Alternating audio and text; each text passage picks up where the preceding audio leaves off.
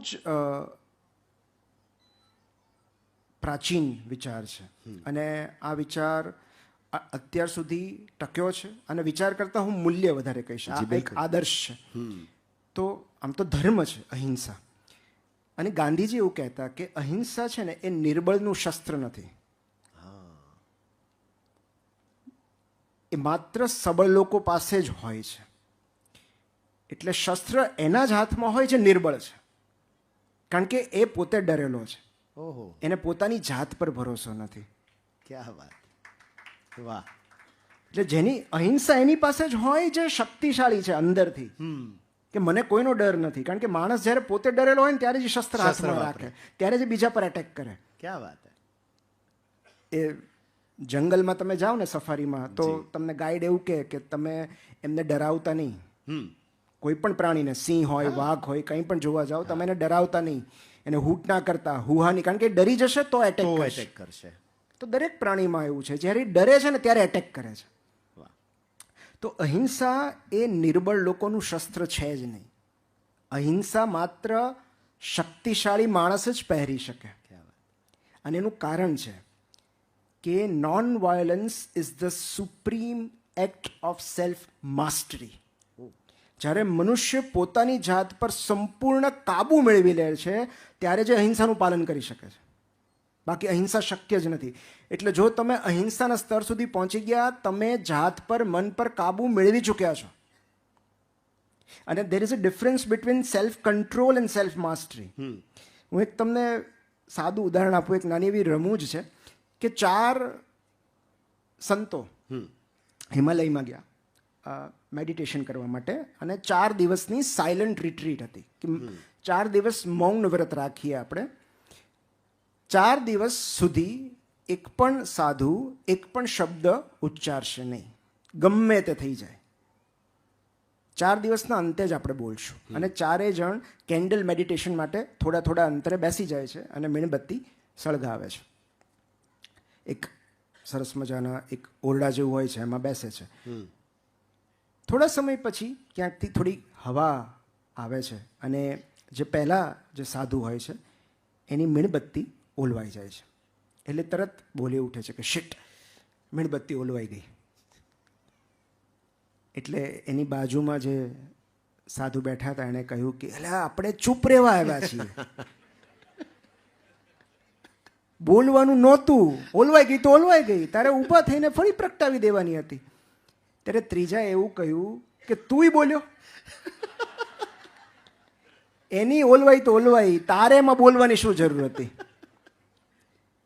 થોડી વાર સુધી ચોથો કશું જ ન બોલ્યો. પછી એણે કહ્યું હાશ, હું કાંઈ ના બોલ્યો. તો આ સેલ્ફ કંટ્રોલ છે, સેલ્ફ માસ્ટરી નથી. બિલકુલ. તો આપણે જ્યારે એમ કહીએ ને કે માસ્ટર ઓફ સાયન્સ, તો આપણે માસ્ટર ઓફ સાયન્સ કહીએ છીએ, કંટ્રોલ ઓફ સાયન્સ નથી કહેતા. બિલકુલ. જી. માસ્ટર્સ ડિગ્રી ક્યારે મળે? જ્યારે એનો આપણે વિગતવાર અભ્યાસ કર્યો હોય. એમ જ્યારે આપણે આ શરીર અને મનનો અભ્યાસ કરીએ છીએ ત્યારે સેલ્ફ માસ્ટરી કેળવીએ છીએ. અને અહિંસા પછી આવે છે. ઓહો. તો આ અહિંસા છે એનો અર્થ એમ કે તમારો, કારણ કે હિંસા છે ને એ સંપૂર્ણ પ્રાણી વૃત્તિ છે. સંપૂર્ણ પ્રાણી વૃત્તિ છે. કોઈકને મારીને ખાઈ જવું એ એનિમલ ઇન્સ્ટિંક્ટ છે. બિલકુલ. બરાબર. હવે તમે એમ કહો વાઘને કે ભાઈ તારે અહિંસા કરવાની છે, તો એ કઈ રીતે જીવશે? તમે એમ કહો કે એમાં હમણાં અમે જંગલમાં ગયા, સર્પેન્ટ ઈગલ જોયું. સર્પેન્ટ ઈગલ એટલે એવું ઈગલ કે જે માત્ર સાપ અને જે સરીસૃપ ખાઈને જીવે, ગરોળી પકડે, સાપ પકડે. તો એનું સ્ટેપલ ડાયટ જ આ. તો તમે એવા કોઈ જીવને કહો કે ભાઈ તમારે અહિંસા કરવાની છે, તો કઈ રીતે જીવે? તો એ લોકો માટે હિંસા એ કુદરતનો નિયમ છે, એના વગર એ લોકો જીવી ન શકે. તો બીજી વ્યક્તિને, બીજા જીવને મારવાની વૃત્તિ સંપૂર્ણ પ્રાણી વૃત્તિ છે, એ એનિમલ ઇન્સ્ટિંક્ટ છે. આ રોડ રેજમાં શું થાય છે? થોડી ગાડી અડી જાય, હા, અને વાતમાં ખાલી એક નાનો એવો ગોબો પડ્યો હોય અને વાતમાં મારામારી થઈ જાય ત્યાં સુધી કે મર્ડર કરી નાખે નાની એવી વાતમાં. એમાં કાઠિયાવાડમાં તો બહુ આવું થાય કે જરીક કાંઈ હોય નહીં, અહીંયા ફટાકડા ફોડમાં એટલી જ વાત.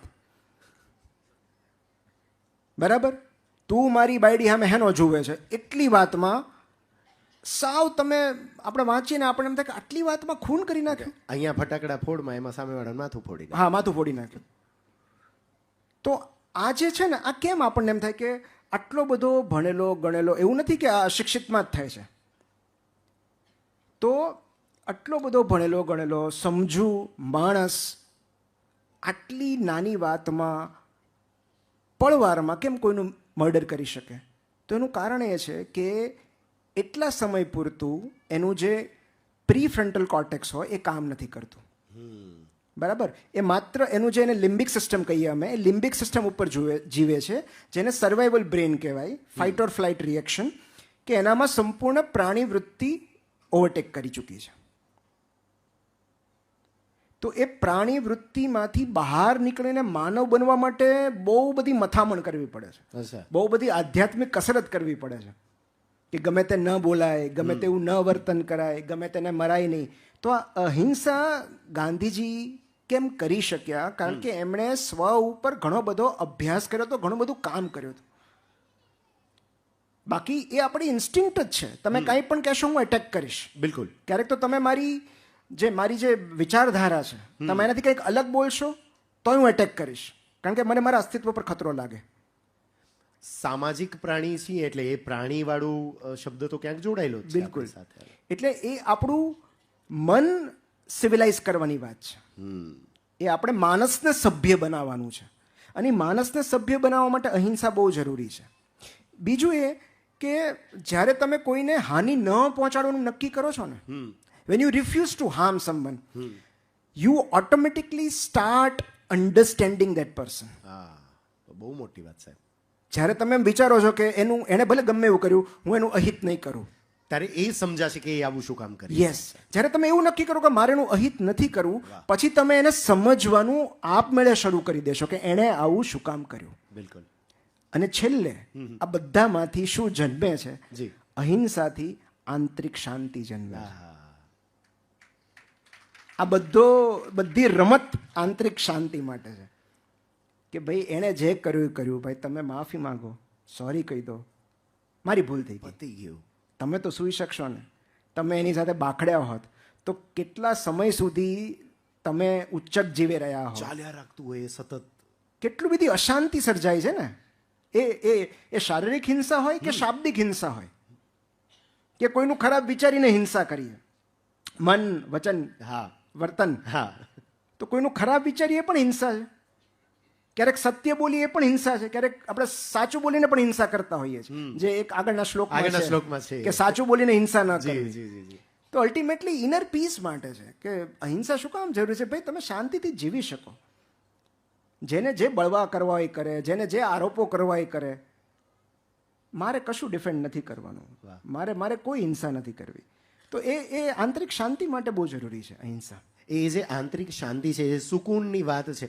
એના માટે એક બહુ સરસ મજાની લાઈન લખાઈ છે કે સુકૂન નકલ થા નકલ હૈ, જો હૈ બસ યહી એક પલ હૈ. જી, આ ક્ષણમાં આપણે જીવવાનું છે. અને સમાજની જ્યારે વાત આવે ને તો જાતના લોકો એમાં હોય. એક બહુ સરસ મજાની રમૂજ હતી, એમ અત્યારે યાદ આવી કે એક જણો રજૂઆત કરતો હોય છે કે અરે કાલે ત્યાં રોડ ઉપર હું જતો હતો ત્યારે બે જણા બોલા ચાલુ હતી, બંને વચ્ચે એમ ગાડી ચાલતી હતી. હું ગયો, મેં એને સમજાવ્યા, ત્યારે માંડી લોકો હાથાપાઈ ઉપર એટલું સમજાવ્યું એમ એણે કે ત્યારે માંડી લોકો હાથાપાઈ ઉપર આવ્યા. એક મિનિટ, હું ખાલી એમાં તમે કીધું ને કે ક્યારે એને જસ્ટિફાઈ કરવી જોઈએ, તો હું એવું કહીશ કે મને એવું લાગે છે મારી સમજણ પ્રમાણે કે બે જ પરિસ્થિતિમાં હિંસાને આપણે માન્ય ગણી શકીએ. બિલકુલ. એક, જ્યારે કોઈ તમારા પર હુમલો કરે, જ્યારે તમારે, કારણ કે તમારે આ જીવને બચાવવાનો છે, આ જીવની હિંસા થતી રોકવાની છે. કોઈ તમારા પ્રિયજનો પર હિંસા કરવાનો પ્રયત્ન કરે, અને સૌથી મહત્વનું, જ્યારે કોઈ તમારા દેશ પર એટેક કરે. તમે સૈનિકોને અહિંસાના પાઠ ન ભણાવી શકો, ન ભણાય. ત્યાં પેલું વાક્ય લાગે ધર્મ હિંસા તો થઈ. હા, તો ત્યાં દુશ્મનનો નાશ કરીને જ આપણે ધર્મનું પાલન કરીએ છીએ. વાત. તો આ અહિંસાનું પાલન પણ આપણે, કારણ કે આપણે તો એ ઓડિટોરિયમમાં બેઠા છીએ, એ વાતાવરણમાં છીએ જી. કે જ્યાં આપણને અહિંસાનું પાલન કરવું પોસાય એમ છે. બોર્ડર પર તૈનાત કોઈ જવાનને પૂછો, એને નહીં પોસાય. નહીં પોસાય. તો આપણે તો પણ આપણે અફોર્ડ કરી શકીએ છીએ. એટલે જ્યાં સુધી અફોર્ડ કરી શકીએ ત્યાં સુધી અહિંસાનું પાલન કરવું. એટલે સમજણ શક્તિ ઉપર બધો આધાર છે, જે આપણે બિલકુલ. સમજવું પડશે. બિલકુલ બિલકુલ. ત્યાર પછીનો જે શ્લોક છે, શ્લોક 14મો શ્લોક. હવે આ વિષય છે ને, મને ઘણી વખત એમ થાય કે આ એક વિષય ઉપર તમારી સાથે બહુ લાંબી વાત થઈ શકે એવી છે. એમાં કહે છે કે આત્મઘાતસ્તુ તીર્થે અપી ન કર્તવ્યસ્ય ન ક્રુધા અયોગ્યાચરણાત કવાપી ન વિશોદ્ધ ન ધનાદિના. આત્મઘાત તો તીર્થને વિશે પણ ન કરવો ને ક્રોધે કરીને ન કરવો, અને ક્યારેક કોઈ અયોગ્ય આચરણ થઈ જાય તે થકી મૂંઝાઈને પણ આત્મઘાત ન કરવો, અને ઝેર ખાઈને તથા ગળે ટૂંપો ખાઈને તથા કૂવે પડીને તથા પર્વત ઉપરથી પડીને ઇત્યાદિ કોઈ રીતે આત્મઘાત ન કરવો. અહીં જે આપ્યું છે કે આ રીતે ન કરવું, એ સિવાય પણ ઘણી રીતે લોકો કરતા હોય છે. અને ઘણા એમ કહેતા હોય છે, આપણે સાંભળ્યું હશે, અને આપણી આસપાસ એવા લોકો કે જેને તમે જોશો ત્યારે ખબર પણ નહીં પડે, અને બીજી ક્ષણે એવા સમાચાર આવશે કે આણે આત્મહત્યા કરી લીધી. દેખાતું નથી હોતું. ઘણા લોકોને એમ કહેતા સાંભળ્યા હશે આપણે કે આપઘાત સિવાય હવે બીજો રસ્તો નહોતો. પણ હું એમ કહેવા માંગુ છું કે આપઘાત એ કોઈ રસ્તો જ નથી, એ કોઈ વિકલ્પ જ નથી. કોઈ પણ સમસ્યા સમાધાન વિના નથી આવતી. આવું દ્રઢપણે માનું છું. અને આપ જેવા વિચારશીલ લેખકોને વાંચીને હવે એ બહુ સ્ટ્રોંગ થઈ ગયું છે કે ના, આપઘાત તો ક્યારેય નહીં જ કરી શકાય એમ. કેમ કે એને ધાર્મિક રીતે જોઈએ ને તો સાહેબ 84 લાખ યોનિઓ પછી આ જીવન મળ્યું છે. એને તમે આમ જવા દેશો? જન્મ આપણા હાથમાં નથી, આપણી મરજીથી આપણો જન્મ નથી થતો, મૃત્યુ પણ આપણા હાથમાં ન જ હોવું જોઈએ. એ શું કામ આપણે એના ચરણે નથી ધરી દે? ત્યારે તને જ્યારે લેવું હોય ને ત્યારે લઈ લેજે, ત્યાં સુધી મારે જીવવું છે. આત્મહત્યા વિશે બહુ નજીકનો, મારા હૃદયની નજીકનો વિષય છે. કારણ કે 2019માં મને પણ સુસાઇડલ થોટ્સ હતા. હા. અને મેં મારા મિત્ર છે સાયકેટ્રિસ્ટ, એને પણ કહેલું કે મને આવા વિચારો આવે છે. અને એટલે એણે મને, બિકોઝ અમે એક્સિડન્ટલી મળી ગયા, અને એણે મને કીધું કે તમને જો સુસાઇડલ થોટ્સ આવતા તમે તાત્કાલિક મારી સાથે ચાલો. કારણ કે મેં મારા ડિપ્રેશનની યાત્રા ઉપર એના સંઘર્ષ વિશે ઘણી બધી જગ્યાએ કહ્યું છે. હમણાં વડોદરામાં અમે આખો એક કાર્યક્રમ એના વિશે કર્યો, મનોવ્યથાથી મુક્તિ. તો એ સમય એવો હતો 2019નો કે હું સિવિયર ડિપ્રેશનમાં હતો, અને બધું સુખ હોવા છતાં મને મનોવ્યથા હતી. તો ત્યારે એનું, મારો જે સાયકેટ્રિસ્ટ મિત્ર છે એનું ક્લિનિક 3જા માળે છે, અને એણે મને પૂછ્યું કે શું વિચાર આવે છે, મન કેવું રહે છે. એટલે મેં કીધું બહુ પ્રામાણિકતાથી કહું તો અહીંથી નીચે કૂદી જવાનો વિચાર આવે છે. પણ પછી મેં એવું ન કર્યું. મેં કીધું જો હું અહીંથી કૂદી જઈશ ને તો આની પ્રેક્ટિસ પડી ભાંગશે. કારણ કે એક ડૉક્ટર જે એનો મિત્ર છે, હવે એના જ ક્લિનિકમાંથી સુસાઇડ કરે તો પછી એનું શું થાય એમ. એટલે એવું વિચારીને પણ પછી મેં થેરાપી લીધી, અને પછી મને 5 વર્ષથી કોઈ માનસિક સમસ્યા નડી નથી. પણ ત્યારે મને એટલું સમજાયું કે જે કંઈ પ્રશ્નો છે ને એ મનના છે, જીવના નથી. જી. આપણને મરી જવાની ઈચ્છા થાય છે એ આપણું બીમાર ચિત્ત છે, આપણો જીવ નથી. અને બહુ સાદી ભાષામાં હું એને સમજાવું કે જ્યારે પણ તમને એવું લાગે કે આ જીવન હવે પૂરું કરી નાખવું છે, કથા સમાપ્ત કરવી છે, ત્યારે આ એક રિયાલિટી ચેક છે. નાક બંધ કરી અને થોડી વાર બેસો. અહીંયા પણ ચેક કરી શકો છો તમે. 5 સેકન્ડ 10 સેકન્ડ પછી તમારી અંદર રહેલો જીવ તમને એમ કહેશે કે ભાઈ તારી જે પ્રોબ્લેમ હોય તું આંગળી લઈ લે.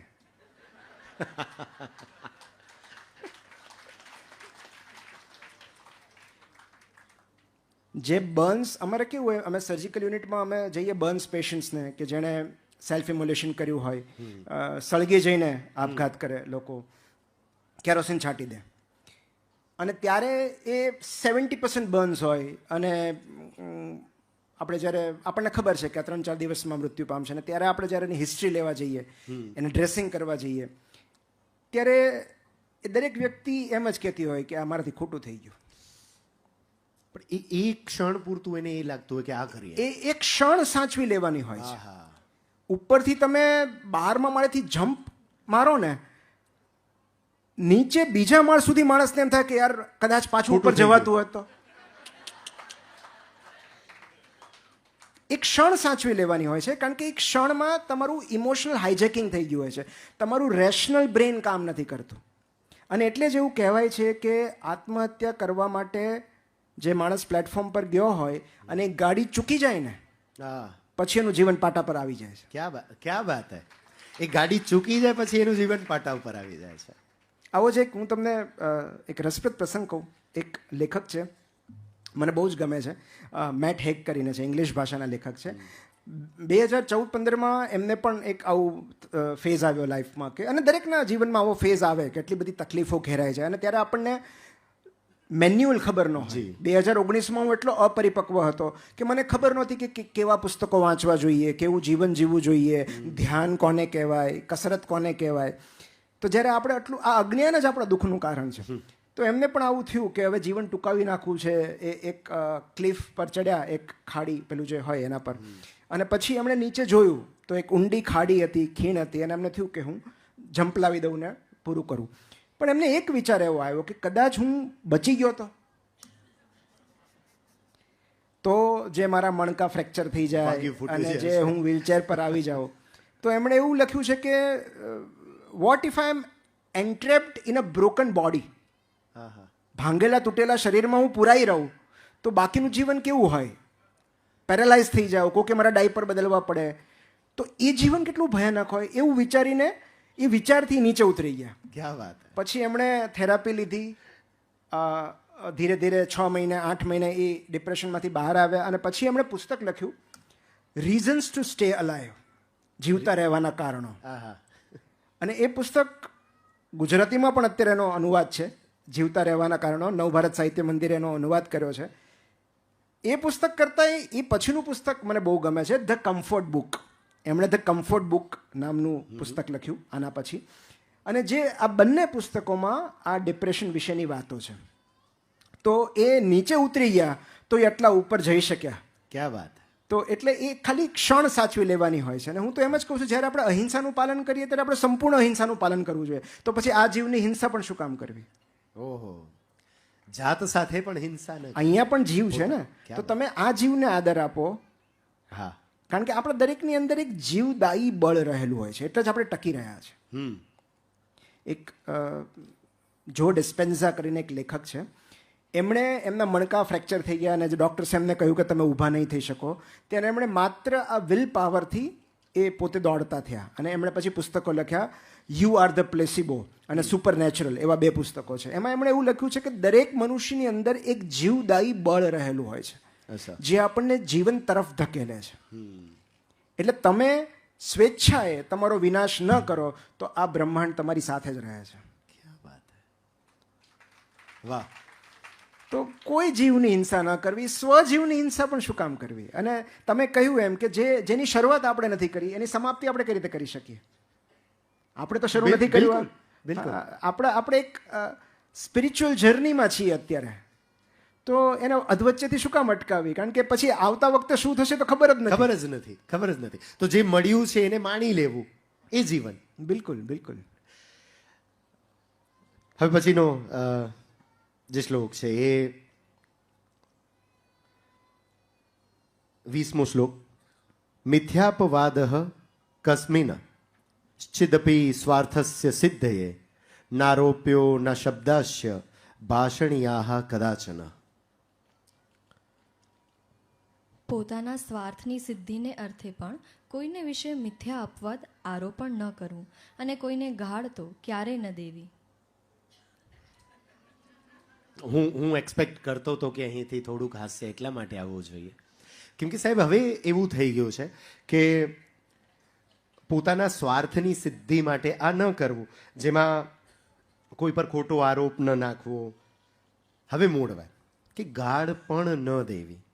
અત્યારે આપણે એવા સમયમાં ચાલી રહ્યા છીએ કે સોશિયલ મીડિયા, OTT પ્લેટફોર્મનો આભાર કે કે પહેલા એવું થતું કે લોકો વાત વાતમાં ગાળ દેતા, હવે ગાળ ગાળમાં વાત કરે છે. અને મને મને દુઃખ એ વાતનું થાય કે આને આપણે કેટલું સહજ રીતે સ્વીકારી લીધું છે. અમુક સ્વીકાર જે છે એ બહુ ખોટા થઈ રહ્યા છે. હું હવે છે પરિવારજનો બેઠા છે, આપ ગુરુજનો બધા અહીંયા બિરાજમાન છો. પહેલા એવું થતું કે ગાળ સિવાય વાત જામતી જ નહીં. એમ થાય કે ના અહીંયા તો નીકળે જ ગાળ એમ. પણ પછી એમ સમજાણું કે એ શબ્દો કેવા ખૂંચે લોકોને, તો એ પણ ન કરવું જોઈએ. અને એનો પ્રયત્ન શરૂ કરવાથી એવું થાય છે કે નથી બોલાતી હવે, એ મૂકી શકાય એમ છે. જાવેદ અખ્તર સાહેબે આ વિશે એક સુંદર વાત કરી હતી કે તમે સાઉથ બાજુ જાઓ ને તો એ લોકો મરચાનો ઉપયોગ ક્યારેક વધારે કરે. અમુક જે જગ્યાએ બ્લેન્ડ ડાયટ હોય, જે આહારમાં તમને એમ લાગે કે આમાં સ્વાદ નથી, આ ફિક્કું છે, એમાં તમે મસાલો નાખશો, મરચું નાખશો, જેથી કરીને સ્વાદિષ્ટ બની શકે.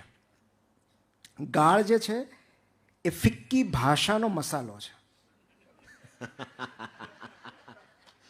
તમારે ભાષાનો મસાલો. યસ, તમારે ગાળ બોલવી પડે છે. એનો અર્થ એમ કે તમારી પાસે ભાષા સમૃદ્ધિ નથી. તમે બેસ્વાદ ભાષા બોલો. ક્યાં વાત, ક્યાં વાત. તમને ગુજરાતી ભાષાની સમૃદ્ધિ વિશે ખ્યાલ જ નથી. તો રસો જ વિશે ખબર તમારે નથી. મસાલો નાખવો પડે ને, તો જ તમારે તમારી વાતને રસપ્રદ બનાવવી પડે ને.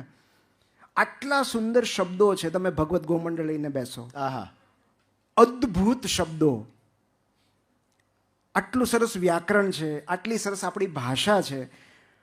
તો જ્યારે તમને તમારું રાંધણ, તમે જે રસોઈ કરો છો એમાં એકદમ ફિક્કી લાગે છે, કારણ કે તમારી ભાષા ફિક્કી છે, તમારી પાસે શબ્દો નથી, તો સામેવાળાને એંગેજ રાખવા માટે કંઈક તો મસાલો નાખવો પડશે ને. એટલે ગાળ.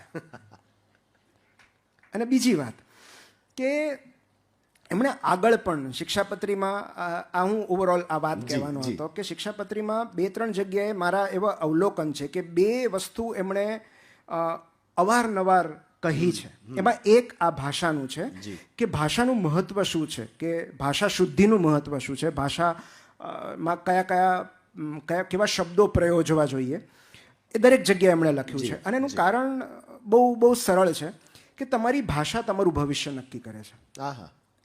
હું બહુ સભાનતાથી બોલું છું કે તમારા મુખમાંથી નીકળેલા શબ્દો તમારી નિયતિ નક્કી કરે છે.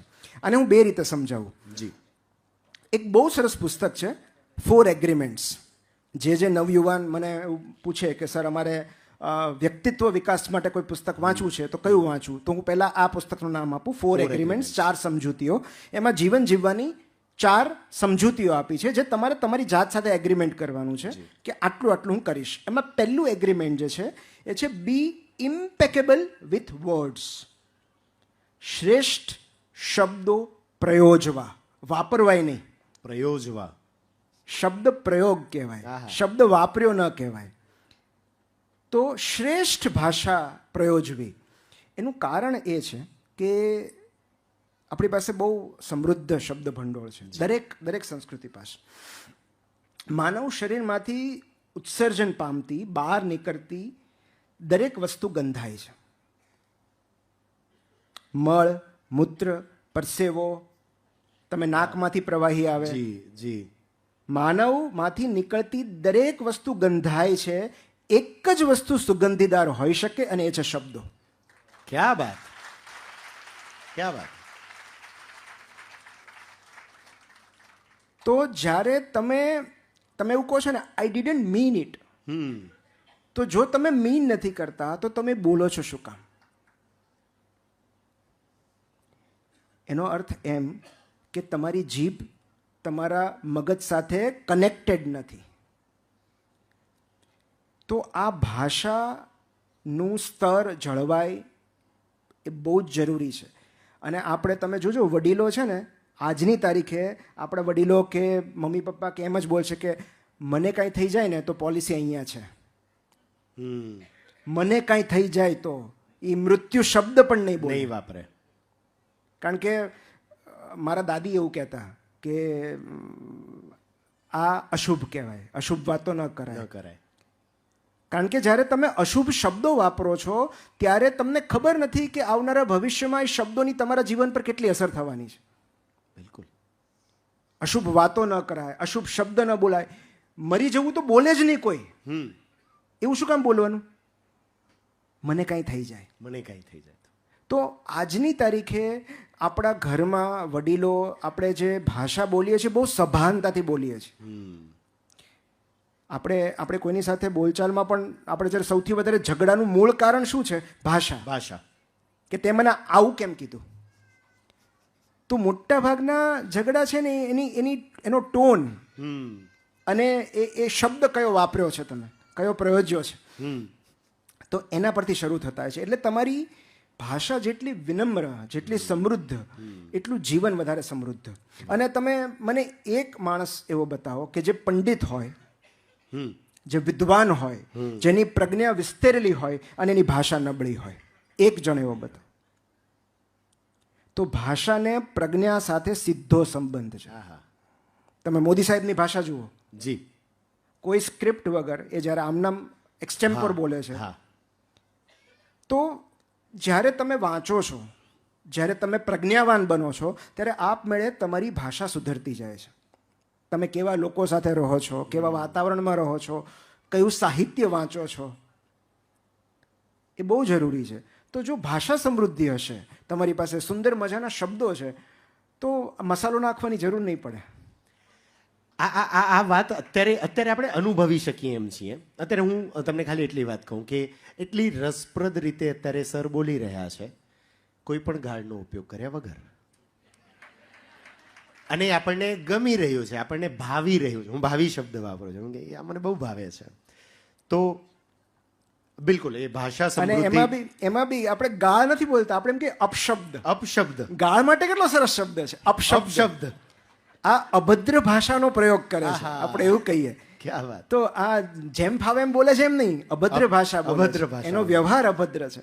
તો આપણી પાસે એટલા સુંદર મજાના શબ્દો છે ગુજરાતીમાં કે આપણને એમ થાય કે આપણે આ પેલું છે ને, આ નિર્બળનું શસ્ત્ર છે, અશિક્ષિતનું શસ્ત્ર. નબળા લોકો વાપરે. ગાળ તો એને બોલવી પડે કે જેને પુસ્તકો નથી વાંચ્યા, કારણ કે એને ખબર જ નથી કે મારી લાગણી કઈ રીતે કન્વે કરવી.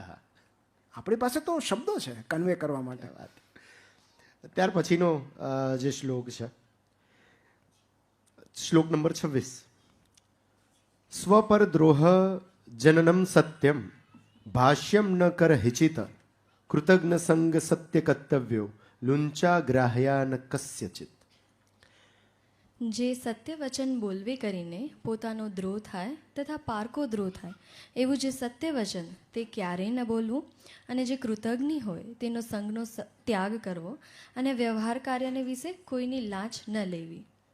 આ પેલી વાત પાછી અહીં આવી કે સમજણની વાત છે કે સત્ય તો બોલવું, પણ જે સત્ય બોલવાથી પોતાનો કે બીજા કોઈનો દ્રોહ થાય છે, તો એવું સત્ય ન બોલવું. કૃતજ્ઞતા ન સમજાતી હોય એવા લોકોનો સંગ ન કરવો. વ્યવહાર કાર્ય વિશે કોઈ પાસેથી લાંચ ન લેવી. બિલકુલ.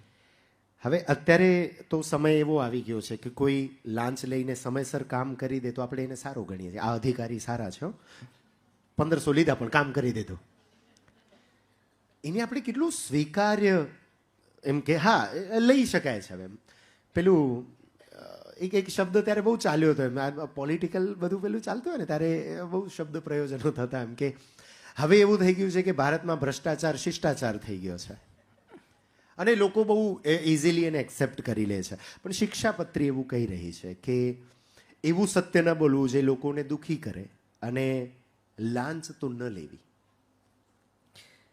અગેન સદાચાર આ મૂળભૂત માનવ મૂલ્યો છે જેની સાથે સમાધાન ન કરી શકાય, ન કરવું જોઈએ. જી. કારણ કે કદાચ આનું વાયોલેશન કરીને, આનું ઉલ્લંઘન કરીને આપણે કશુંક અત્યારે કામ કરી લઈએ, પણ આપણી આવનારી પેઢીએ કદાચ એ ભોગવવું પડે. તો આજે હું સ્વસ્થ છું, આજે મને કોઈ રોગ નથી, એના મૂળમાં કદાચ મારા દાદાની પ્રામાણિકતા પણ જવાબદાર હોઈ શકે. વાહ.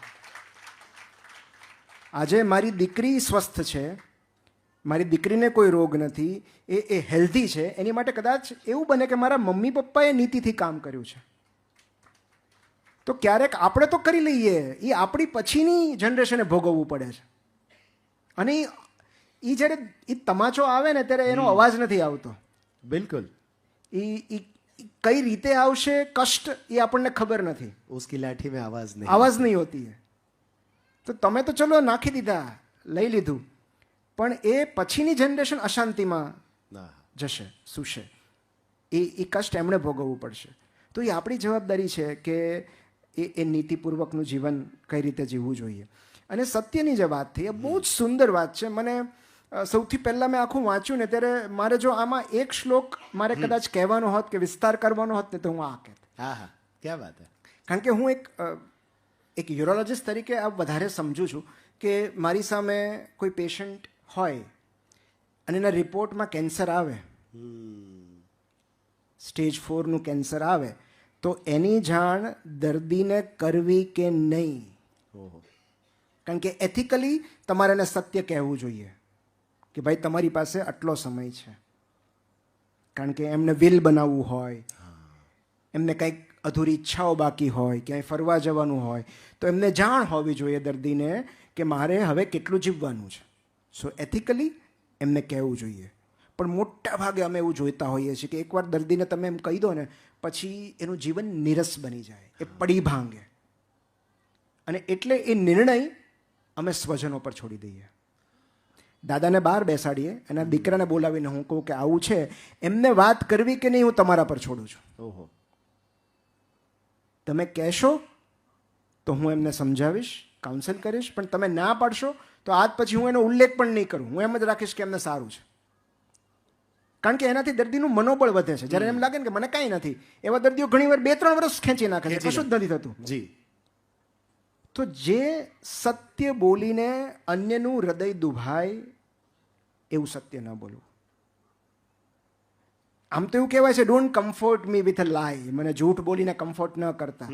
પણ હકીકતમાં આપણે એવું કહીએ ને કે બહુ આખા બોલો છે, પણ એ સારી વાત નથી. કારણ કે જ્યારે તમે એમ કહો હું તો બિંદાસ કહી દઉં, પણ એ સામેવાળા પર શું વીતે છે એનો વિચાર પણ આપણે જ કરવો જોઈએ. કારણ કે કરુણા કશુંક ન બોલીને પણ આપણે દાખવી શકીએ. અમુક શબ્દો, અમુક વાતો ન બોલીને પણ આપણે સંબંધ સાચવી શકીએ કે ભાઈ આ વાત નથી કરવી. હા, એ આપણી સમજદારી છે. તો અને એક સરસ પ્રસંગ છે. જેફ બેઝોસનું નામ તમે સાંભળ્યું હશે, એમેઝોનના સ્થાપક. એમણે એમના પુસ્તકમાં એક લખેલો છે પ્રસંગ, મને બહુ ગમ્યો. આના પર મેં આર્ટિકલ બી લખ્યો હતો કે 10-12 વર્ષની ઉંમરના હશે બેઝોસ, અને એમના બેકયાર્ડમાં એમના દાદા દાદી સાથે એ વાતો કરતા હતા. એમના દાદા જે છે એ ચેઇન સ્મોકર હતા, એટલે એ બેકયાર્ડમાં વાતો કરતા અને દાદાએ સિગરેટ સળગાવી. અને 10 વર્ષના બેઝોસે પૂછ્યું કે તમે કેટલા વર્ષથી સિગરેટ પીવો છો? એટલે દાદાને એક્ઝેક્ટ તો ખ્યાલ નહોતો, પણ એમણે અડસટ્ટે જવાબ આપ્યો અંદાજ લગાવીને. પછી બેઝોસે પૂછ્યું કે તમે રોજની કેટલી સિગરેટ પીવો છો? એટલે દાદાએ કીધું કે આટલી હશે.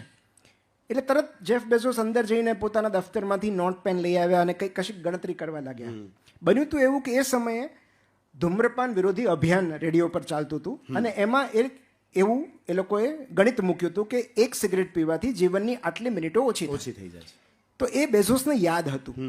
તો એ માહિતીનો ઉપયોગ કરીને એણે ગણતરી માંડી અને પછી દાદાને કીધું કે લો, તમે જીવનના આટલા વર્ષો તો ગુમાવી દીધા, હવે તો તમે આટલા વર્ષમાં મૃત્યુ પામશો. અને એના દાદા સ્તબ્ધ થઈ ગયા. પછી દાદીએ જેફ બેઝોસને સાઈડમાં લઈ જઈને એક વાક્ય કહ્યું જે એમને કાયમ યાદ રહી ગયું કે બેટા, તું ગણિતમાં બહુ હોશિયાર હોઈશ, you must be very clever, but it is tougher to be kind than clever. હોશિયાર બનવા કરતાં દયાળુ બનવું વધારે અઘરું છે. તમે ગમે એટલા તેજસ્વી હો, તમે ગમે એટલા જ્ઞાની હો, એનો અર્થ એમ નથી કે તમે દયાળુ છો. તો હોશિયાર કે તેજસ્વી નહીં હો તો ચાલશે, દયાળુ હોવા જોઈએ કે સામેવાળા પર શું વીતે છે મારા આ શબ્દથી, કેવા